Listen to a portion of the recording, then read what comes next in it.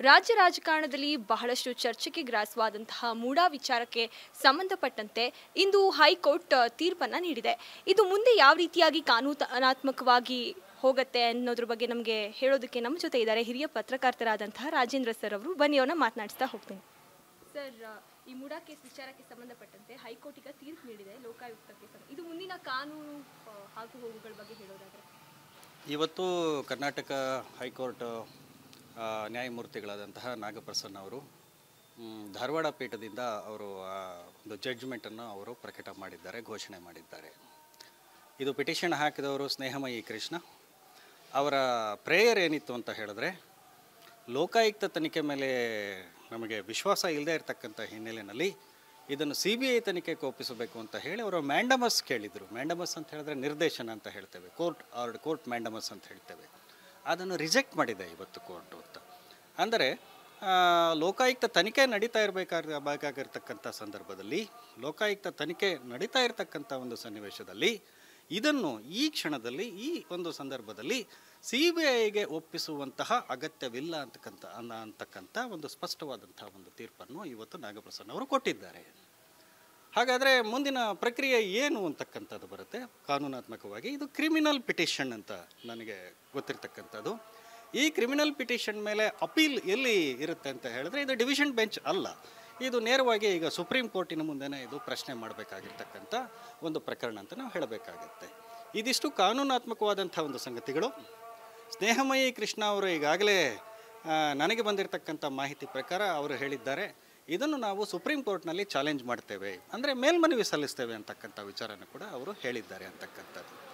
ಇಲ್ಲಿ ವಿಷಯ ಏನು ಅಂತ ಹೇಳಿದ್ರೆ, ಮೂಡಾ ಹಗರಣದಲ್ಲಿ ಏನು ಇವತ್ತು ತನಿಖೆ ನಡೀತಾ ಇದೆ, ಈ ತನಿಖೆಗೆ ಸಂಬಂಧಪಟ್ಟಂತಹ ಏನು ಅರ್ಜಿದಾರರು ಏನು ಆರೋಪಗಳು ಮಾಡಿದ್ದರು, ಆ ಆರೋಪಗಳು ಸಾಬೀತಾಗಬೇಕಾಗಿತ್ತು ಕೋರ್ಟ್ ಮುಂದೆ. ಅದು ಒಂದು ವೇಳೆ ಮಾಡಿರ್ತಕ್ಕಂಥ ಆರೋಪಗಳೇನು, ಲೋಕಾಯುಕ್ತ ತನಿಖೆ ಸಮಂಜಸವಾಗಿಲ್ಲ ಅಂತ, ಲೋಕಾಯುಕ್ತ ತನಿಖೆ ಪಕ್ಷಪಾತದಿಂದ ಕೂಡಿದೆ ಅಂತಕ್ಕಂಥದ್ದು, ಲೋಕಾಯುಕ್ತ ತನಿಖೆ ಎಲ್ಲೋ ಒಂದು ಕಡೆ ಸರ್ಕಾರದ ಪರವಾಗಿ ವಾಲಿದೆ ಅಂತಕ್ಕಂಥದ್ದು. The burden of proof lies on the petitioner ಅಂತಕ್ಕಂಥದ್ದು ಬಹಳ ಮುಖ್ಯ. ದಿ ಬರ್ಡನ್ ಆಫ್ ಪ್ರೂಫ್ ಅಂತ ಹೇಳಿದ್ರೆ, ಅರ್ಜಿದಾರ ಯಾರಿದ್ದಾರೆ ಆ ಅರ್ಜಿದಾರರು ನ್ಯಾಯಾಲಯದ ಮುಂದೆ ಈ ಎಲ್ಲ ಅಂಶಗಳನ್ನು ಕೂಡ ಸಾಬೀತು ಮಾಡಿದ್ದಿದ್ದರೆ ನ್ಯಾಯಾಲಯ ಖಂಡಿತವಾಗಲೂ ಕೂಡ ಇದು CBI ತನಿಖೆಗೆ ಕೊಡ್ತಾ ಇತ್ತು ಅಂತ. ಇವೆಲ್ಲವೂ ಕೂಡ ನ್ಯಾಯಾಲಯದ ಮುಂದೆ ಇದು ಸಾಬೀತು ಆಗದೆ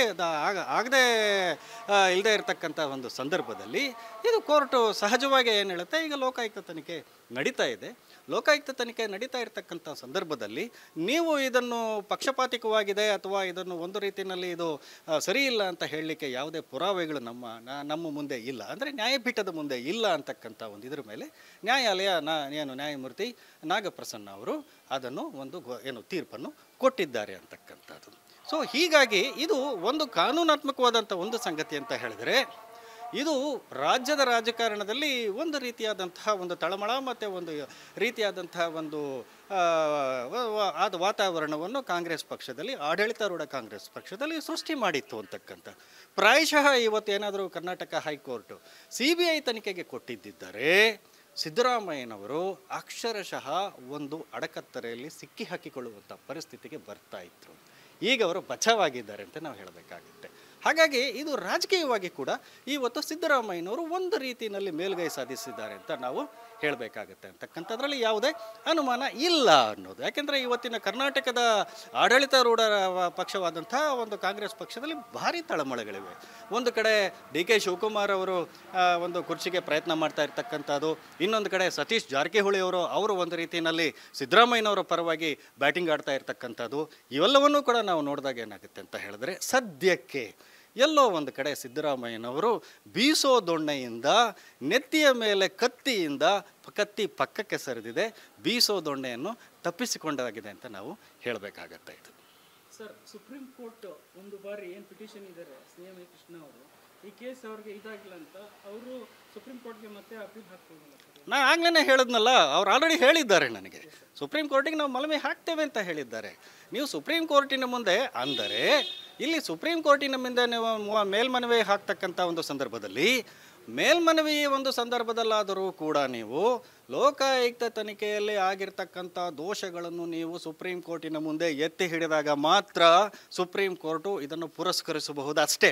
ಇಲ್ಲದೇ ಇದ್ದರೆ ಸುಪ್ರೀಂ ಕೋರ್ಟು ಕೂಡ ಮೇಲ್ಮನವಿಯನ್ನು ಕೂಡ ತಿರಸ್ಕರಿಸ್ತಕ್ಕಂಥ ಚಾನ್ಸಸ್ಸು ಕೂಡ ಜಾಸ್ತಿ ಇದೆ ಅಂತ ನಾವು ಅನ್ಕೋಬೇಕು. ಯಾಕೆಂತ ಹೇಳಿದ್ರೆ ಇಲ್ಲಿ ಬಹಳ ಪ್ರಮುಖವಾಗಿ ನೀವು ಸದರಿ ಲೋಕಾಯುಕ್ತ ತನಿಖೆ ಒಂದು ಪಕ್ಷಪಾತದಿಂದ ಕೂಡಿದೆ, ಸದರಿ ಲೋಕಾಯುಕ್ತ ತನಿಖೆ ದೋಷಪೂರ್ಣವಾಗಿದೆ, ಸದರಿ ಲೋಕಾಯುಕ್ತ ತನಿಖೆ ಸಿದ್ದರಾಮಯ್ಯ ಸರ್ಕಾರದ ಆದೇಶಗಳು ಮತ್ತು ಅನುಸಾರ ಮತ್ತು ನಿರ್ದೇಶನ ಮತ್ತು ಕಟ್ಟಪ್ಪಣೆ ಮತ್ತು ಕಟ್ಟಾಜ್ಞೆಗಳ ಮೇಲೆ ನಡೀತಾ ಇದೆ ಅಂತಕ್ಕಂಥ ಎಲ್ಲ ಅಂಶಗಳನ್ನು ಕೂಡ ಅರ್ಜಿದಾರರು ಸುಪ್ರೀಂ ಕೋರ್ಟಿನ ಮುಂದೆ ಅವರ ವಕೀಲರು ಸಾಬೀತು ಮಾಡಿದರೆ ಮಾತ್ರ ಇದು CBI ತನಿಖೆಗೆ ಸುಪ್ರೀಂ ಕೋರ್ಟ್ ಆದೇಶಿಸಬಹುದಷ್ಟೇ ವಿನಃ ಅಲ್ಲಿ ಕೂಡ ಇವರು ಹೈಕೋರ್ಟಿನ ಮುಂದೆ ಆದಂಥ ಪ್ರತಿಪಾದನೆಗಳನ್ನೇ ಮಾಡಿದರೆ ಅಲ್ಲಿ ಕೂಡ ಅರ್ಜಿ ತಿರಸ್ಕೃತ ಆಗುತ್ತೆ ಅನ್ನೋದರಲ್ಲಿ ಯಾವುದೇ ಸಂದೇಹ ಇಲ್ಲ.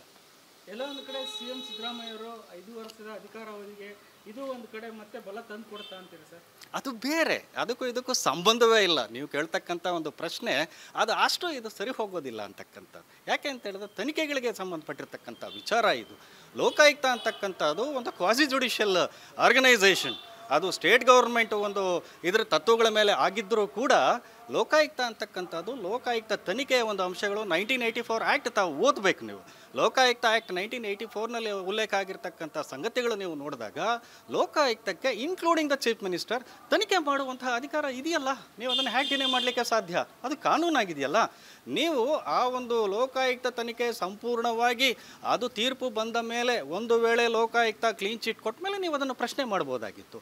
ಅವೆಲ್ಲ ಇನ್ನೂ ಆಗೇ ಇಲ್ಲ. ನೀವು ಪ್ರೆಮೆಚೂರ್ ಆಗಿ ನೀವು ಪ್ರೆಜುಡೈಸ್ ಆಗಿ ನೀವು ಕೇಳಿದಾಗ ಯಾವ ನ್ಯಾಯಾಲಯ ಕೂಡ ಒಪ್ಪಲಿಕ್ಕೆ ಸಾಧ್ಯ ಇಲ್ಲ ಅಂತಕ್ಕಂಥದ್ದು ನೀವು ಅರ್ಥ ಮಾಡ್ಕೋಬೇಕು.